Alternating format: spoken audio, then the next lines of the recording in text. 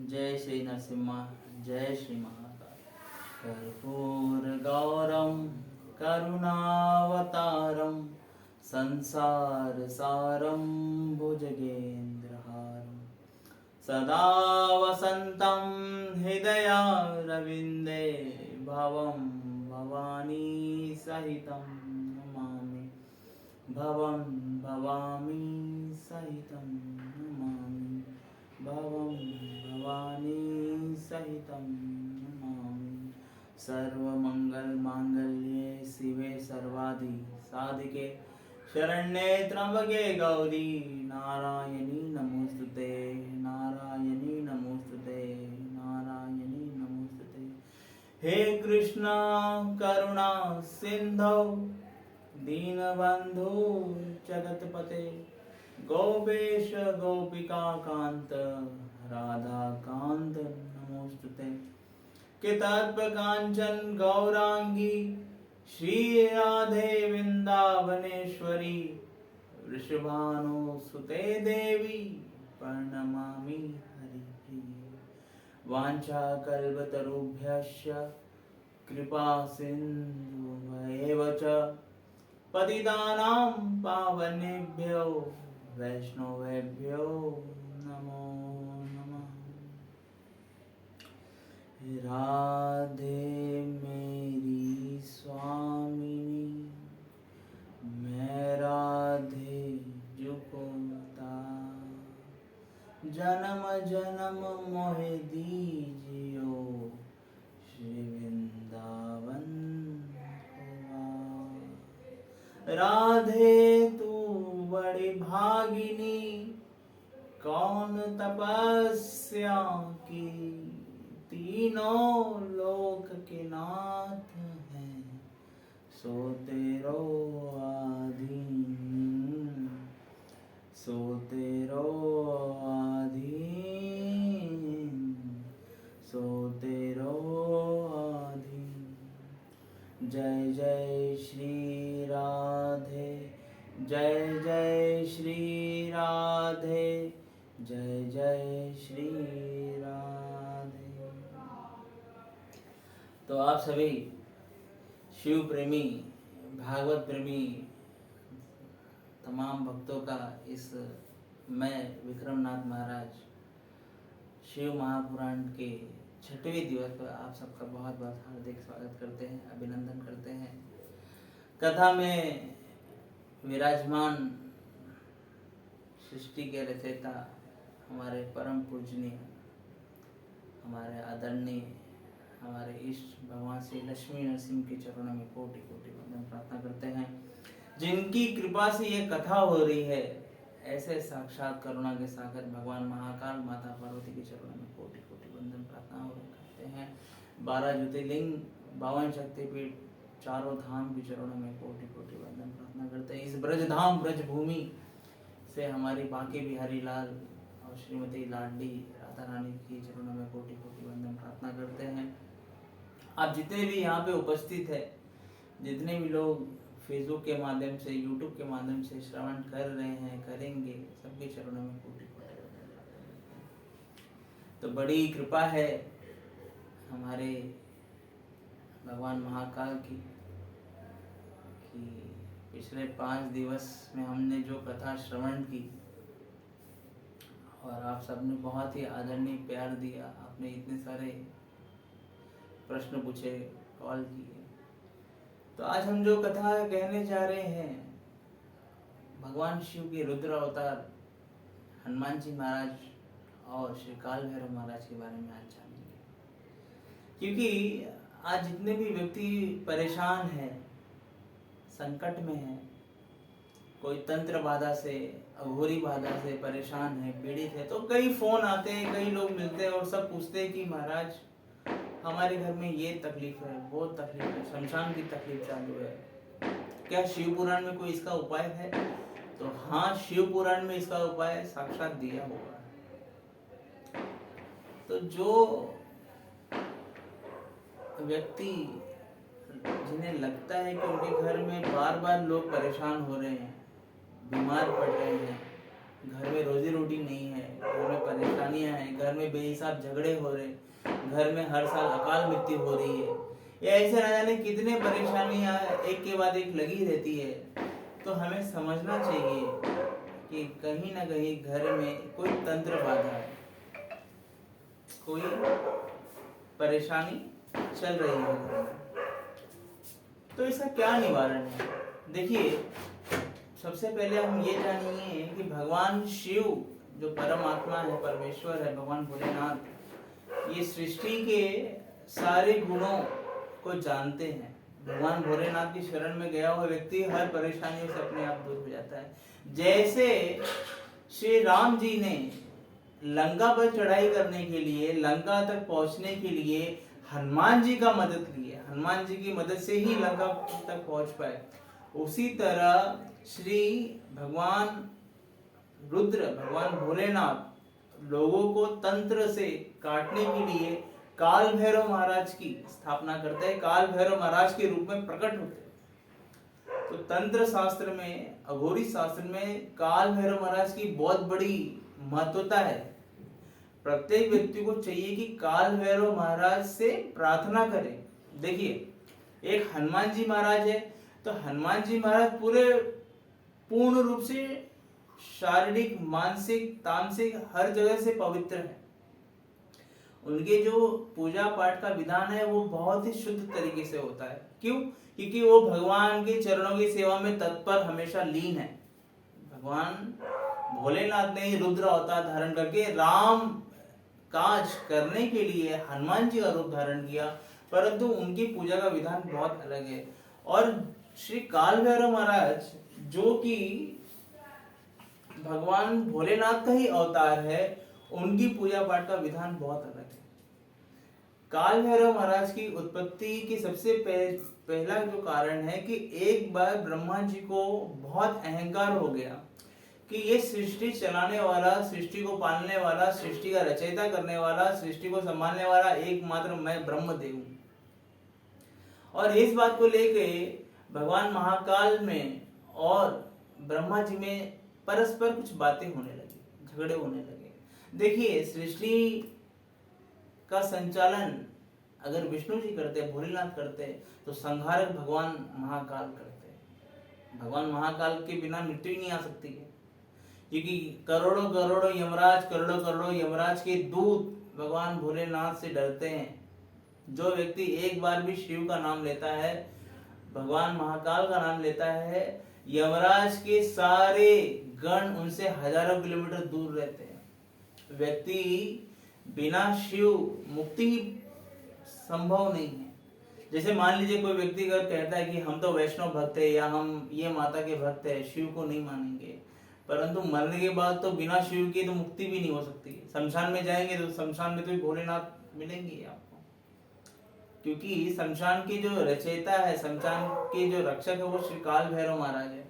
दुनिया में ऐसा कोई शमशान ही नहीं है जहाँ पे काल भैरव महाराज विराजमान ना हो।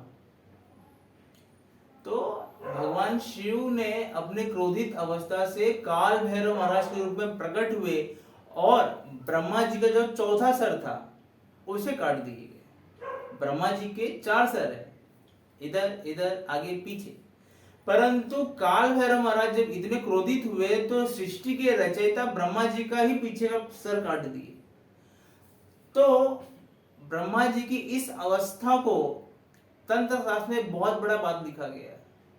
तो काल भैरव महाराज ने ब्रह्मा जी के सर को मुक्त किया, ऐसा कहा जाता है। तो काल भैरव महाराज को फिर ऐसा कहा गया कि इन्हें दोष लगा, ब्राह्मण दोष लगा या ये दोष लगा, तो उस दोष का निवारण के लिए वो काशी गए। काल भैरव महाराज काशी गए। काशी में उन्होंने भगवान शिव की, भगवान नारायण की भक्ति की, भगवान नरसिंह की भक्ति की, और काल भैरव महाराज काशी के कोतवाल बने, काशी के हेड बन गए।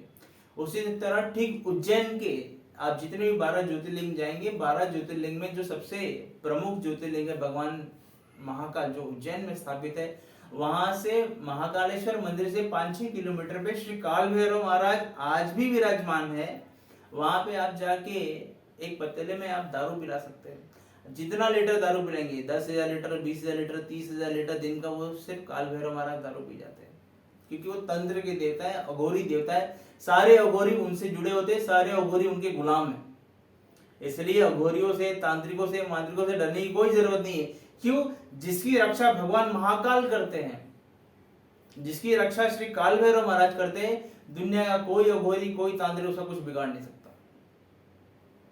तो काल भैरव महाराज की स्तुति घर में गाना चाहिए, काल भैरव अष्टकम पढ़ना चाहिए। काल भैरव अष्टकम पढ़ने के कुछ नियम मैं आपको बता दूं। काल भैरव अष्टकम पढ़ने से पहले अपनी कुल स्वामिनी, कुल देवी, कुल देवता भगवान भोलेनाथ, माता पार्वती, लक्ष्मी नरसिंह भगवान को स्मरण कर लेना चाहिए, क्योंकि उनके आशीर्वाद के बिना काल भैरव अष्टकम कभी सिद्ध नहीं हो सकता, ना कि हनुमान चालीसा सिद्ध हो सकती है। तो काल भैरव की पूजा का विधान इस तरह से है। आप कोई भी मंदिर चले जाए भगवान भोलेनाथ के, जहाँ पे काल भैरव महाराज की मूर्ति हो, विग्रह हो, जहाँ पे उनका स्थापना हो, तो आप उनके लिए कुछ न कुछ जरूर लेके जाए। वैसे तो काल भैरव महाराज को हर चीज चलती है, परंतु अगर आप बहुत ज्यादा बीमार है तो एक ठेपला लें, जैसे कोहड़ा कहा जाता है, ठेपला कहा जाता है। काल भैरव महाराज से प्रार्थना करके अपने शरीर से 3 बार उल्टी दिशा में इस तरह से वार के काल भैरव महाराज की शरण में रखना चाहिए। भैया तो काल भैरव या भैरवनाथ या बटुक भैरव, मशान भैरव, जो भी भैरव आपके उस मंदिर में हो, अष्ट भैरव होते हैं, और उनसे प्रार्थना करना चाहिए कि हे काल भैरव, जिस तरह से आप सारे संकटों का नाश करते हैं, कृपया करके हमारे संकटों का नाश करें। इस तरह से पूजा करना चाहिए। काल भैरव महाराज की स्थापना घर में कभी नहीं करना चाहिए, क्योंकि ये तंत्र के देवता है, ये शमशान के रहने वाले देवता है।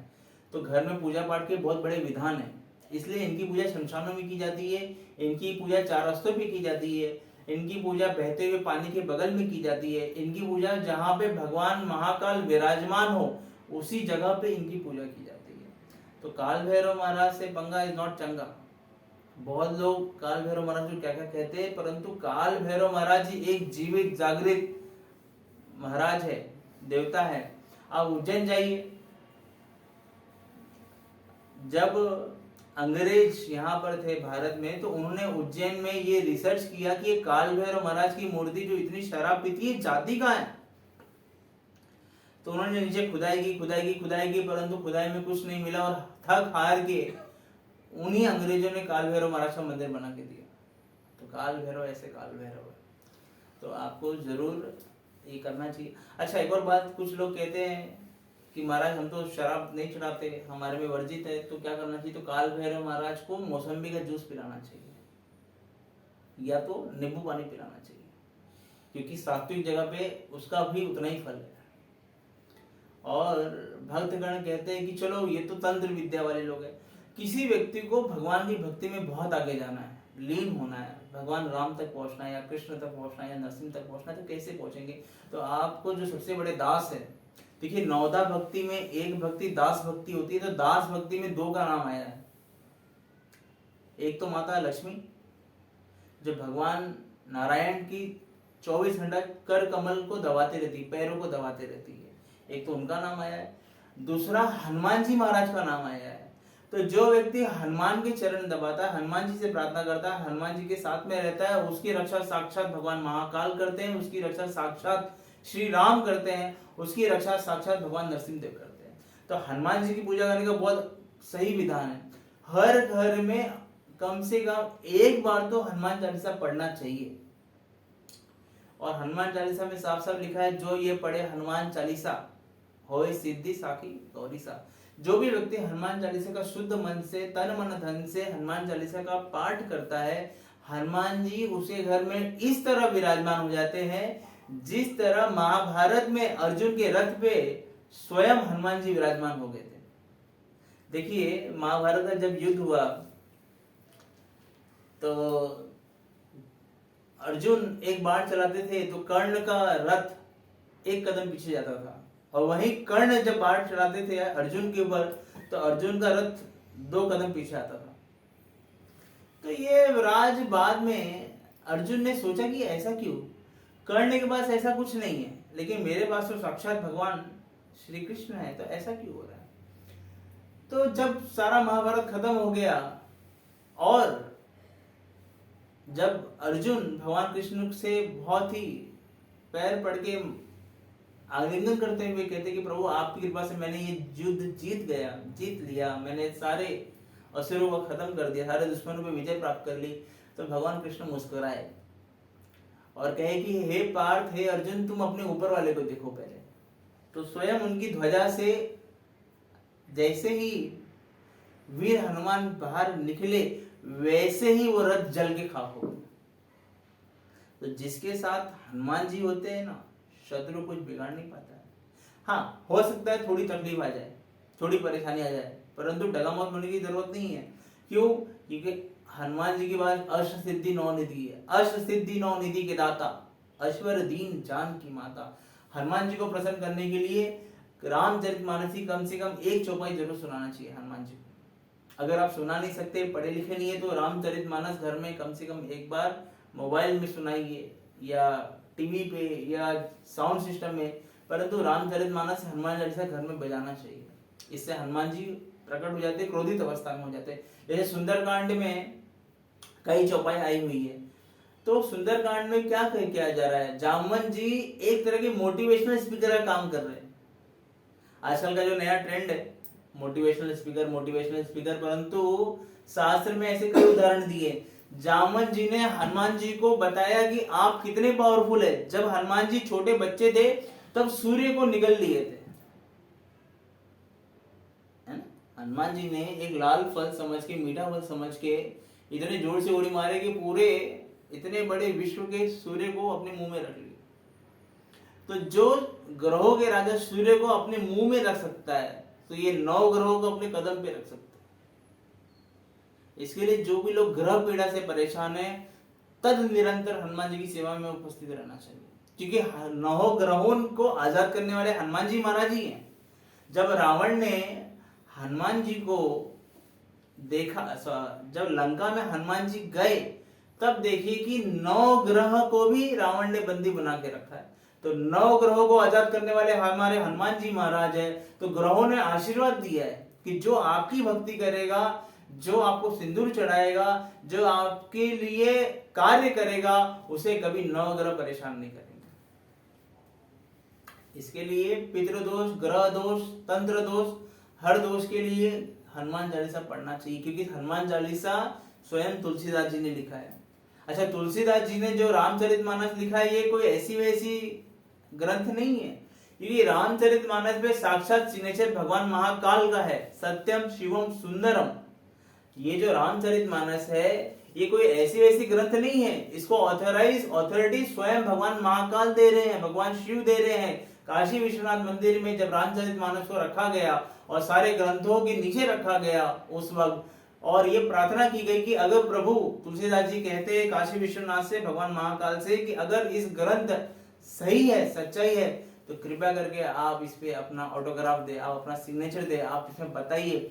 तो जब पट खोला गया काशी विश्वनाथ का, तो सबसे पहले रामचरितमानस लिखा गया, रखा गया, और रामचरितमानस अपने आप आया और पहला पेज खोलते उसमें लिखा था सत्यम शिवम सुंदरम।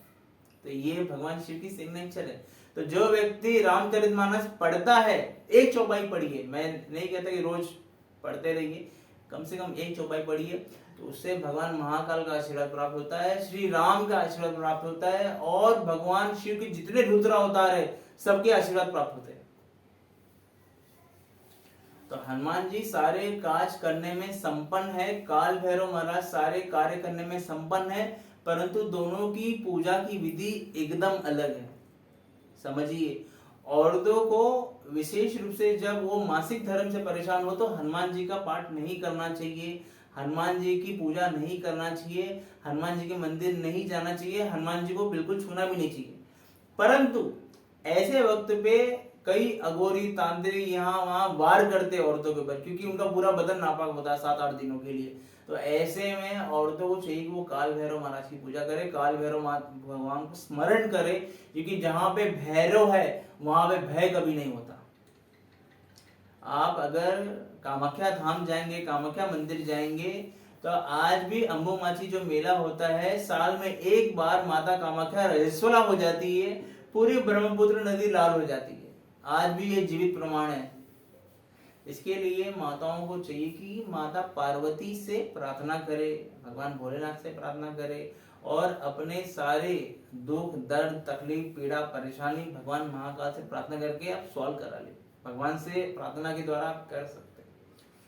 और वैसे तो आपने कई कई प्रश्न पूछे, तो धीरे धीरे धीरे हम आपको सारे प्रश्न का उत्तर देते जाएंगे। आप वो वीडियोस ध्यान से देखिए, इसी के अंदर सारे सॉल्यूशंस हैं। और बहुत बहुत हार्दिक स्वागत कि ये आप वृंदावन के जितने हमारे भगवान नरसिंह के भक्त गण हैं, आपने ये भिजवाया। तो हम लक्ष्मी नरसिंह भगवान के चरणों में कोटि कोटि वंदन प्रार्थना करते हैं कि भगवान लक्ष्मी नरसिंह भगवान शिव पार्वती आप सबको कुशल मंगल रखे, आप सबको धन दौलत शौहरत बरकत इज्जत सब प्रदान करे। आप जहाँ भी रहे खुशहाल रहे आबाद रहे। और भगवान श्री नरसिंह के आदेश से हम जल्दी वृंदावन आएंगे और आपके सामने नरसिंह पुराण या भागवत पुराण की कथा जरूर करेंगे। भगवान नरसिंह आप सबके कार्य को मंगल प्रदान करे। और कल महाशिवरात्रि है, भगवान भोलेनाथ की रात्रि है, तो आप सबसे निवेदन है कि जरूर शिव मंदिर जाएं, अपने घर में भी भगवान भोलेनाथ की पूजा करें। हो सके तो उपवास रखें, उपवास नहीं रख सकते हैं तो कम से कम भगवान भोलेनाथ को पंच धातु या पंच मेवा से जरूर स्नान कराना चाहिए। दूध दही घी शक्कर जो भी आपकी इच्छा हो करा के, धतूरा पान करा के भगवान से माफी मांगना चाहिए। भगवान आपके दिल में हृदय में बस जाए ऐसा निवेदन करना चाहिए। चलिए आप सबका बहुत बहुत हार्दिक अभिनंदन। कल दरबार में हवन होगा, उसके बाद आखिरी कथा होगी और फिर कथा समापन होगी। जो भक्तगण कथा के उपरांत प्रश्न पूछाते हैं पूछ सकते हैं। जो हवन कुंड में आहुति देना चाहते हैं वो फोन करके अपनी आहुति दिला सकते हैं, उसकी राशि जमा करा सकते हैं। और जो भक्त लोग इन कथाओं की के सीडी या कुछ चाहते हैं तो वो भी आप ले सकते हैं। जय श्री महाकाल, जय श्री नरसिंह।